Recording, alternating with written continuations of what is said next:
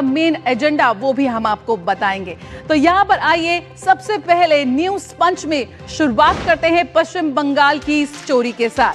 किस तरह से पश्चिम बंगाल में एसआईआर के बीच कई बूथ पर 100% एन्यूमरेशन फॉर्म यहां पर भरे गए हैं, डिजिटाइज हो चुके हैं।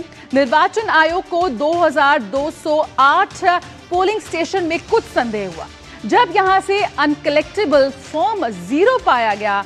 अनकलेक्टेबल फॉर्म यानी कि इसमें डेथ, डुप्लीकेट, एब्सेंट और शिफ्टेड वोटर्स कैटेगरी है।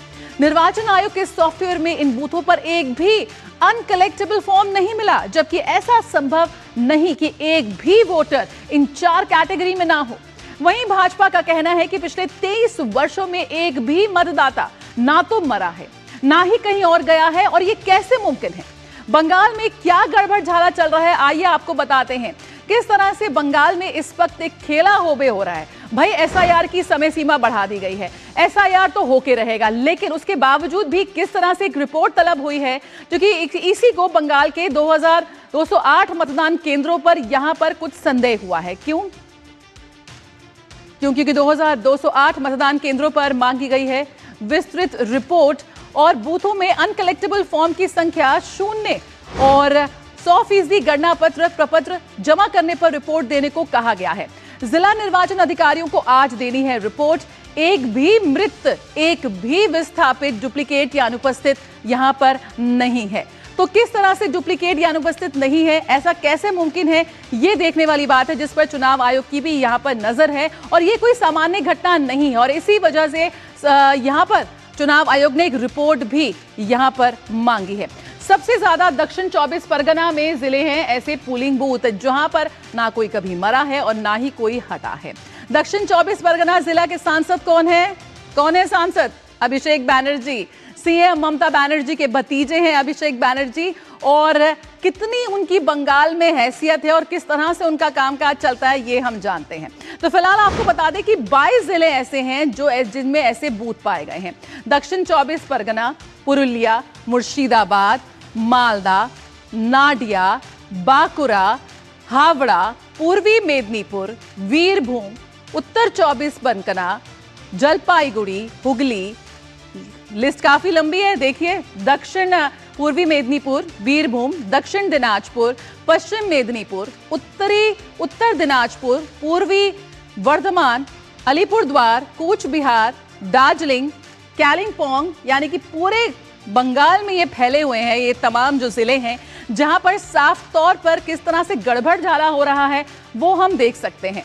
कोलकाता नॉर्थ, पश्चिम बर्दान, 2 और जिले इसमें शामिल कर लीजिए, यानी कि पूरी लिस्ट हो जाती है 20 जिलों की, जहां पर इस वक्त जबरदस्त गड़बड़ झाला चल रहा है। और ये किसी की नजर से बचा नहीं है। ऐसा नहीं कि ऐसा हो रहा है और चुनाव आयोग की नजर नहीं है, चुनाव आयोग की साफ तौर पर नजर है। इन 21 कोलकाता नॉर्थ पूरे करीबन 22 जिले हैं जिनमें इस वक्त जांच के घेरे में ये पोलिंग बूथ आ गए हैं। तो इन पोलिंग बूथ की लिस्ट भी आ चुकी है। 2208 ऐसे जिले हैं जहां पर 0 अनकलेक्टेबल है, यानी कि 0 है। आगे बात करें 372 हैं जहां पर 3 अनकलेक्टेबल फॉर्म की संख्या है। 374 जिले ऐसे जहां पे 4, और यहां पे बात करें 548 जिले ऐसे हैं जहां पे सिर्फ अनकलेक्टेबल फॉर्म की संख्या सिर्फ 6 है, और 585 बूथ ऐसे हैं जहां पर अनकलेक्टेबल फॉर्म की संख्या 7 है। 678 और 789 हम बात करें ऐसे बूथ हैं जिसमें अनकलेक्टेबल फॉर्म की संख्या 9 है, और 857 बूथ ऐसे हैं जहां पर अनकलेक्टेबल फॉर्म की संख्या 10 है। और यहां पर अनकलेक्टेबल फॉर्म्स की संख्या किस तरह से आई है इसका भी सिलसिलेवार इस वक्त पूरा डाटा निकल कर आ चुका है। तो आप अपनी स्क्रीन पर देख सकते हैं जो डाटा निकल कर आया है। अब ऐसे में भाजपा नेता अमित मालवीय का ट्वीट भी यहां पर चौंका रहा है।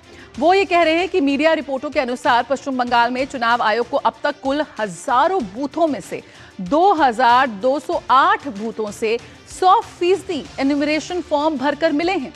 इसका मतलब यह है कि इन बूथों में पिछले 23 वर्षों में एक भी मतदाता ना तो मरा है और ना ही कहीं और गया है, जो कि असंभव है। इस भारी असंभावना के पीछे का कारण समझना मुश्किल है। दिलचस्प बात यह है कि इस मामले में भी ममता बनर्जी के भतीजे अभिषेक बनर्जी का नाम आ रहा है। क्यों? क्योंकि उनका दक्षिण 24 परगना जिला इसमें सबसे आगे है, जो एक बार फिर अपनी पारदर्शिता की मिसाल यहां पर दिखा रहा है। याद आपको रहे कि उन्होंने 100% फॉर्म भरने का आदेश दिया था, जिसके परिणाम अब फाल्टा में स्पष्ट दिखाई दे रहे हैं। चुनाव आयोग को इस मामले की तत्काल जांच करनी चाहिए और यदि किसी बीएलओ या ईआरओ में भय या राजनीतिक निष्ठा के कारण डेटा में फेरबदल किया गया है तो बिना देरी कड़ी कार्रवाई की जानी चाहिए। ये ट्वीट यहां पर अमित मालवीय की तरफ से आया है और भारत निर्वाचन आयोग को इन अनियमितताओं पर संज्ञान लेना चाहिए, ये भी उन्होंने कहा है। अब ऐसे में जिस तरह की बंगाल में राजनीति हर वक्त नया मोड़ ले रही है, लगातार यहां पर प्रतिक्रियाएं सामने आ रही हैं। तो ऐसे में बीजेपी नेता शुवेंदु अधिकारी ने भी सोशल मीडिया प्लेटफॉर्म एक्स पर एक ऑडियो क्लिप शेयर करते हुए कहा, क्या कुछ कहा है आपको आइए बता देते हैं। तो यहां पर उन्होंने बीजेपी ने गंभीर आरोप लगाए हैं यहां पर टीएमसी सरकार पर। शुवेंदु अधिकारी का जो ये पोस्ट है उसमें उन्होंने कहा है कि घर घर जाकर लोगों को धमका रही है टीएमसी की टीम और यहां पर साफ तौर पर बीएलओ को किसी भी मृतक का डेथ सर्टिफिकेट नहीं देना है, ये यहां पर कहा गया है। मृतकों को वोटर लिस्ट में जिंदा रखने का खेल यहां पर लोगों और बीएलओ कर्मचारियों को की तरफ से खेला जा रहा है। किस तरह से यहां पर जो वोटर्स हैं वो जिंदा यहां पर बनाए जा रहे हैं और यहां पर उन्होंने ये भी कहा है कि लोगों और बीएलओ कर्मचारियों को डरने की जरूरत नहीं है, उन्हें सामने आकर अपनी बात कहनी होगी क्योंकि कानून के दायरे में रहकर ईसी की वो मदद करें। टीएमसी के गुलाम बीडीओ और एआरओ सावधान हो जाएं। ये भी यहां पर शुवेंदु अधिकारी ने कहा है कि एक तरह से चेतावनी भी यहां पर दी है उन लोगों को जो ये गड़बड़ झाला कर रहे हैं और इस पूरे मामले पर भाजपा की नजर है। हम चुप बैठने वाले नहीं हैं और इलेक्शन कमीशन से मामले की जांच करने का अनुरोध यहां पर भाजपा की ओर से किया गया है। तो किस तरह से ये पूरा गड़बड़ झाला इस वक्त ग्राउंड जीरो पर पश्चिम बंगाल में हो रहा है, आइए समझते हैं। कोलकाता से सौरभ दत्ता इस वक्त हमारे साथ और जानकारी के साथ जुड़ रहे हैं। सौरभ, सबसे पहले यही जानना चाहते हैं कि यहाँ पर वोटर गायब होने की बात तो हमने सुनी थी, यहाँ पर किस तरह से डेथ सर्टिफिकेट गायब हो रहे हैं, यानी कि ये कैसे मुमकिन है कि इतने वर्षों में कोई भी उस बूथ पे कोई वोटर मरा नहीं, कोई वहां से गया नहीं, किसी का पलायन नहीं हुआ, जस की तस वो लिस्ट बनी हुई। देखिए, ये जो पूरा जाजी ये जो पूरा मामला सामने आया है इसका जो फॉलोअप है, पहले तो चुनाव आयोग की तरफ, यहाँ के सीओ कार्यालय के तरफ से वो 2208 बूथों का एक डेटा सामने आया और ये रिपोर्ट जो मांगा है ये यहाँ के चुनाव आयोग ने नहीं, इलेक्शन कमीशन ऑफ इंडिया यानी निर्वाचन सदन से ये रिपोर्ट मांगा गया कि उनके वहां के जो आधिकारिक है ये डेटा देख के वो चौंक गए कि ऐसा कैसे हो सकता है कि 2208 बूथों में कहीं कोई गड़बड़ी नहीं है, एक भी मृत नहीं है, एक भी स्थानांतर वोटर नहीं है, एक भी शिफ्टेड वोटर नहीं है, एक भी एब्सेंटी वोटर नहीं है, ऐसे कैसे हो सकता है। तो इस बात को लेके जब उन्होंने जांच मांगी उसी दिन और एक बात सामने आई कि आपको याद होगा कि परसों रविवार को यहाँ के लिए जो विशेष पर्यवेक्षक नियुक्त हुआ है सुब्रत गुप्ता, वो फलता गए थे। ये फलता भी दक्षिण 24 परगना के अंदर ही आता है, तो वहां पे गए थे। तो शुवेंदु अधिकारी का ये दावा है, कल वो चुनाव आयोग के कार्यालय में गए थे तो उनका दावा है कि फलता में जिन को बीएलओ के हिसाब से स्पेशल रोल ऑब्जर्वर के सामने हाजिर किया गया, असल में उनमें से कोई बीजेपी का बीएलओ था ही नहीं। बीजेपी का बीएलओ उनको ऐसे पेश किया गया कि ये बीजेपी के बीएलओ है, लेकिन वो बीजेपी के बीएलओ है ही नहीं। मतलब अपने ही पार्टी के जो कार्यकर्ता है उन्हें बीएलओ बनाकर पेश किया जा रहा है। जी, ऐसा ही आरोप है, शुवेंदु अधिकारी का ऐसा ही आरोप है और उनका जो डिटेलिंग है वो special role observer Subrata Gupta ने मांगा है।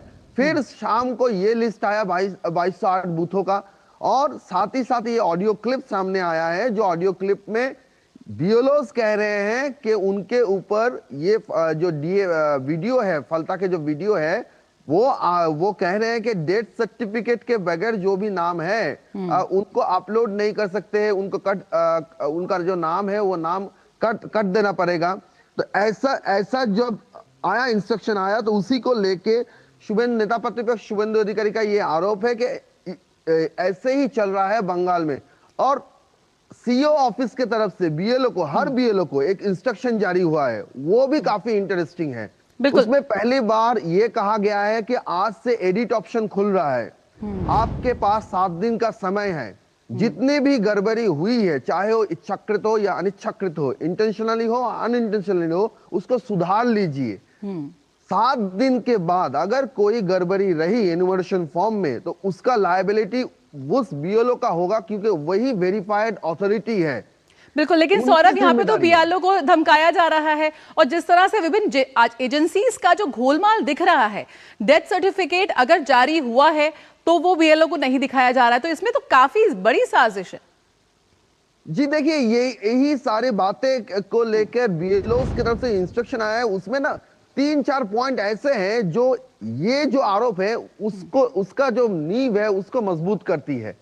पहला, वहां पे कहा गया है कि अगर ऐसा कोई डेटा सामने आया है कि जिसका 2002 जिसके पास अपना वोटर लिस्ट में नाम नहीं था 2002 में, तो इसलिए उन्होंने नियम के अनुसार अपने माँ बाबा का नाम उसमें डाला है, पिता माता का नाम उसमें डाला है जी। अगर ये देखा जाए कि 2002 में उन लोगों का उम्र, पिता माता का उम्र 45 साल से ज्यादा हो या 18 साल से कम हो, बिल्कुल, तो आप इसको वेरीफाई कीजिए कि ऐसा कैसे हो सकता है। बिल्कुल, क्योंकि अगर वो 2002 में 18 साल नहीं हुए तो उनके माँ बाबा का जो उम्र है, पिता माता का जो उम्र है, उनमें तो ठीक तरह से गैप होना चाहिए ना। और दूसरी बात यह है, किसी ऐसा भी देखने को सामने आया कि 25 साल उम्र था 2002 में, लेकिन नाम नहीं उठाया उन्होंने वोटर लिस्ट में। ऐसा क्यों? 18 साल के बाद ही वोटर लिस्ट में नाम उठ जाता है, तो 25 साल तक वो क्यों वेट कर रहे थे? बिल्कुल। तो सौरभ, यहाँ पे सवाल तो बहुत हैं जिनका जवाब यहाँ पर देना होगा। फिलहाल राहत वाली बात ये कि एसआईआर की तरफ से एसआईआर की जो प्रक्रिया है वो 7 दिन बढ़ गई है, तो यहाँ पर बीएलओ के पास टाइम है कि जो अगर गलतियां हो रही हैं, अगर जो जालसाजी हो रही है, उसका इलेक्शन कमीशन की ओर उसका ध्यान आकर्षित करे और यहाँ पर अपनी जो गलतियां हैं उसे सुधारे। यहाँ पे बहुत बहुत शुक्रिया सौरभ, फिलहाल हमारे साथ जुड़ने के लिए।